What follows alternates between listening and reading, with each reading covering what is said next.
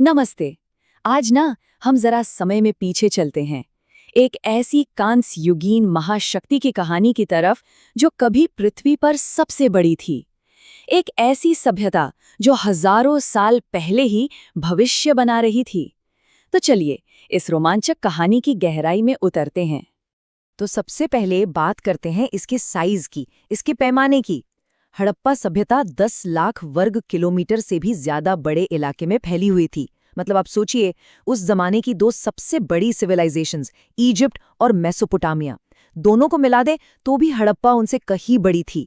ये कोई छोटा मोटा राज्य नहीं था, बल्कि एक जबरदस्त साम्राज्य था। और ये जो फर्क है ना, ये वाकई में हैरान कर देता है। एक तरफ दुनिया के ज्यादातर हिस्सों में इंसान छोटे छोटे कबीलों में रह रहे थे, शिकार कर रहे थे, और दूसरी तरफ उसी वक्त सिंधु और सरस्वती नदी के मैदानों में दुनिया की पहली प्लैन्ड अर्बन सिविलाइजेशन बन रही थी। वो लोग अपने समय से सदियों, शायद हजारों साल आगे थे। तो सवाल ये है कि आखिर उन्होंने ये सब किया कैसे? देखिए, उनका सबसे बड़ा कमाल, उनकी सबसे बड़ी जीनियस थी उनकी शहरी योजना और इंजीनियरिंग। सच कहूं तो वो किसी भी मॉडर्न शहर को टक्कर दे सकती थी। और उनकी शहरी प्लानिंग को समझने के लिए ये एक लाइन काफी है। उनके शहर बस यूं ही नहीं बस गए थे, बल्कि एक क्रांतिकारी ग्रिड सिस्टम पर बनाए गए थे। कोई टेढ़ी मेढ़ी गलियां नहीं, सब कुछ एकदम सीधा, एकदम सटीक। लेकिन ये सिर्फ दिखने में अच्छा लगे इसलिए नहीं था। इसके पीछे कमाल की इंजीनियरिंग थी। मुख्य सड़कें उत्तर से दक्षिण की तरफ बनाई जाती थी, ताकि जब हवा चले तो पूरा शहर अपने आप साफ हो जाए।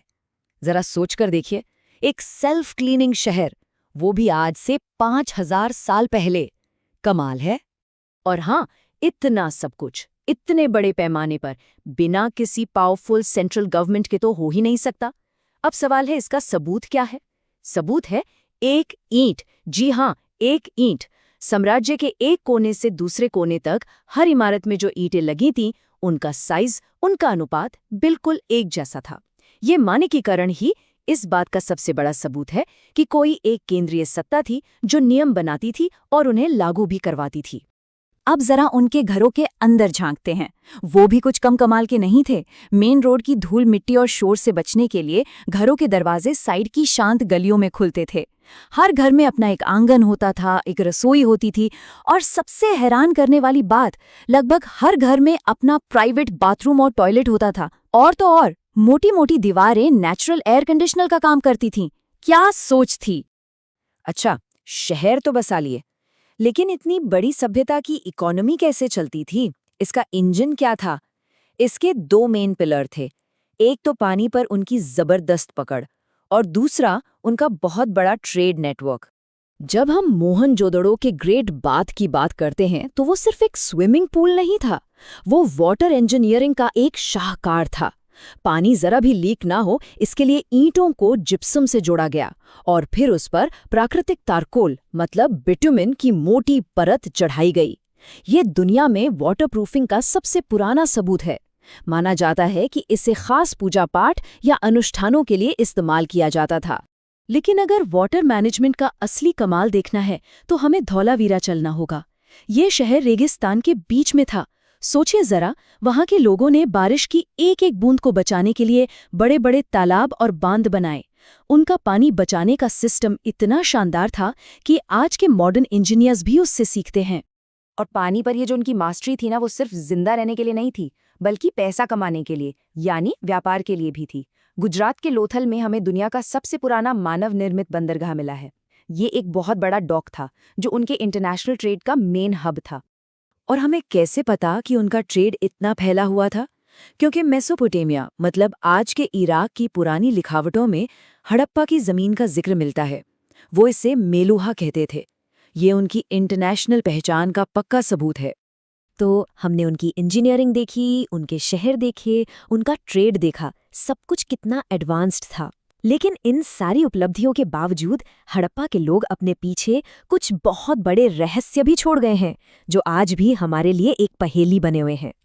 और इन सब में जो सबसे बड़ा रहस्य है, वो है उनकी भाषा, उनकी लिखाई, उनकी स्क्रिप्ट, जिसे आज तक कोई भी डिकोड नहीं कर पाया है। उनकी लिखाई में मतलब उनकी स्क्रिप्ट में 400 से भी ज़्यादा अलग अलग निशान मिले हैं। ये निशान हमें मोहरों पर, बर्तनों पर मिले हैं, लेकिन 100 साल से ज़्यादा हो गए हैं, दुनिया भर के एक्सपर्ट्स लगे हुए हैं, पर आज तक कोई इसे पढ़ नहीं पाया है। धोलावीरा में तो एक बहुत बड़ा साइन बोर्ड भी मिला है जिसपे 10 बड़े बड़े अक्षर लिखे हैं। लोग मजाक में कहते हैं कि शायद ये दुनिया का पहला बिलबोर्ड था। सोचिए, जिस दिन ये लिपि पढ़ी जाएगी, इतिहास के न जाने कितने राज खुलेंगे। तो हम उनकी भाषा तो नहीं पढ़ सकते, लेकिन उनकी मोहरों और कलाकृतियों से हमें उनके विश्वासों के बारे में कुछ अंदाजा जरूर मिलता है।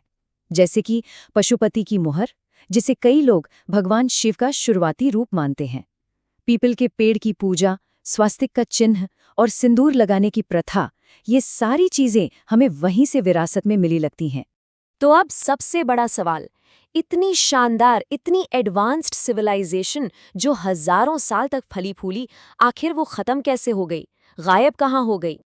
देखिए, पहले एक थियरी थी कि शायद आर्यों ने बाहर से आकर हमला किया, लेकिन इस बात का कोई पक्का सबूत, कोई आर्कियोलॉजिकल एविडेंस मिला ही नहीं। जो नई थियरी है, जिसे साइंस भी सपोर्ट करती है, वो बताती है कि असली विलन कोई और था, और वो था मौसम, यानी क्लाइमेट चेंज। तो असल में हुआ ये कि करीब 1900 ईसा पूर्व के आसपास एक के बाद एक कई कुदरती आफतें आईं।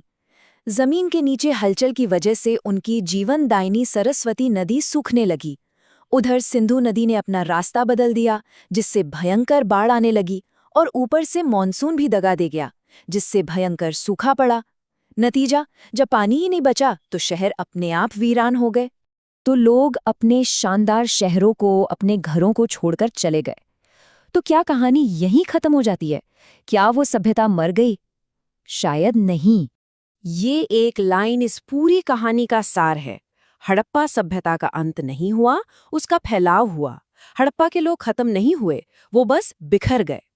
पानी की तलाश में, एक नई जिंदगी की तलाश में वो धीरे धीरे गंगा के मैदानों की तरफ बढ़ गए।